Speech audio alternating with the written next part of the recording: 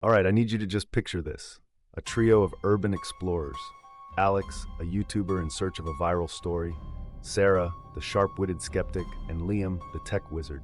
They had their sights set on St. Jude's, an abandoned church with a dark history. Decades ago, its entire congregation vanished without a trace, leaving behind only local legends and unanswered questions. It was the perfect strange, dark, and mysterious story for their channel. Inside the decaying church, they found a hidden underground chamber, a secret room filled with strange symbols and a bizarre stone altar.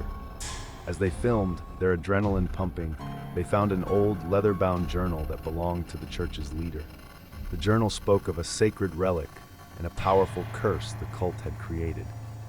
They were convinced this was the find of a lifetime, but their excitement turned to ice-cold dread when they realized something was missing. A brand new camera, Liam's most advanced piece of equipment, was gone. They knew they hadn't lost it. It felt like something had taken it. The creepy reality was that their adventure hadn't ended when they left the church. It had followed them home. The trio, now back at Alex's apartment, felt a growing sense of paranoia. Their remaining footage was corrupted, not just a glitch, but an intentional, rhythmic static that would flash across the screen before showing a fleeting, ghostly glimpse of the church's altar. It was a digital haunting, a chilling message from something they couldn't comprehend. Liam, their tech expert, discovered that the timestamps in the corrupted files were tied to the moments they had felt a strange presence in the church. Sarah, meanwhile, delved into the journal. The writing spoke of a relic called the Echo Box, a device designed to capture the living essence of a soul.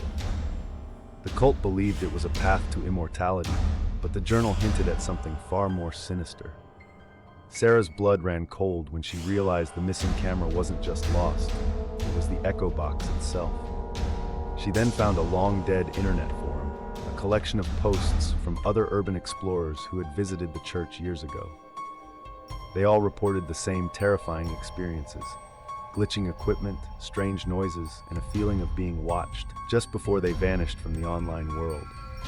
The last post was a chilling note about a nearby ghost town, a place where they would go to find the source of the echo.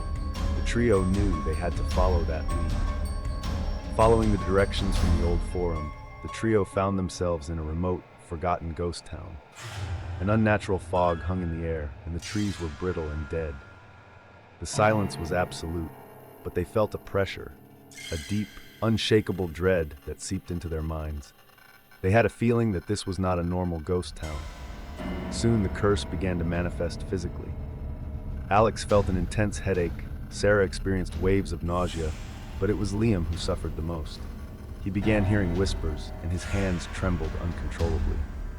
The creepy curse, which had been a subtle digital haunting, was now a physical affliction. They found the cult leader's abandoned house, filled with scrolls and strange artifacts. In a final journal, they discovered the horrifying truth. The cult hadn't achieved immortality.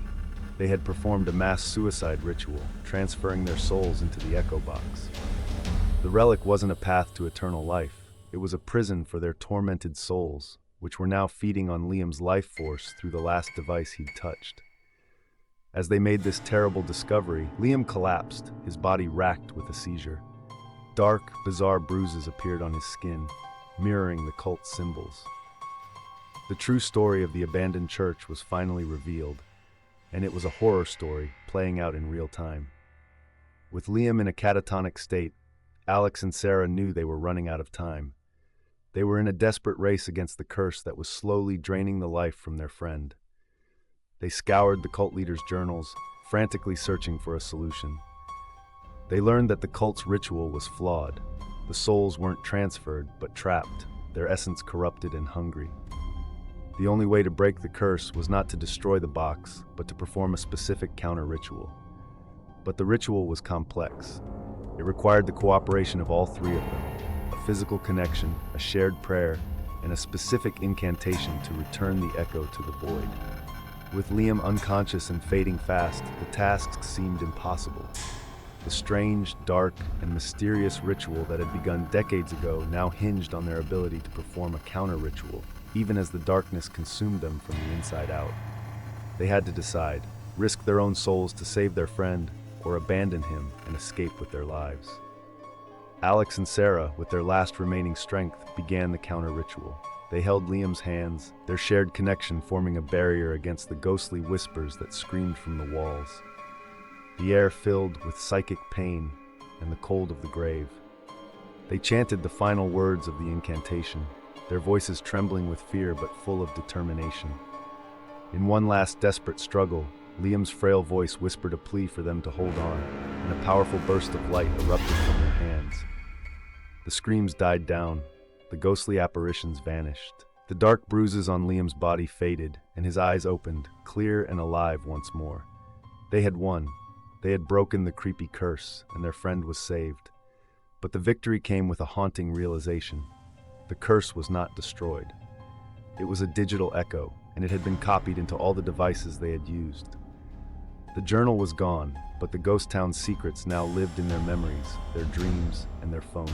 They had witnessed a true story about a cult that became a digital ghost, a legacy of suffering and pain that could not be erased. The horror story was over, but the conspiracy theory was just beginning, and they knew they would have to live with the echoes of their actions for the rest of their lives.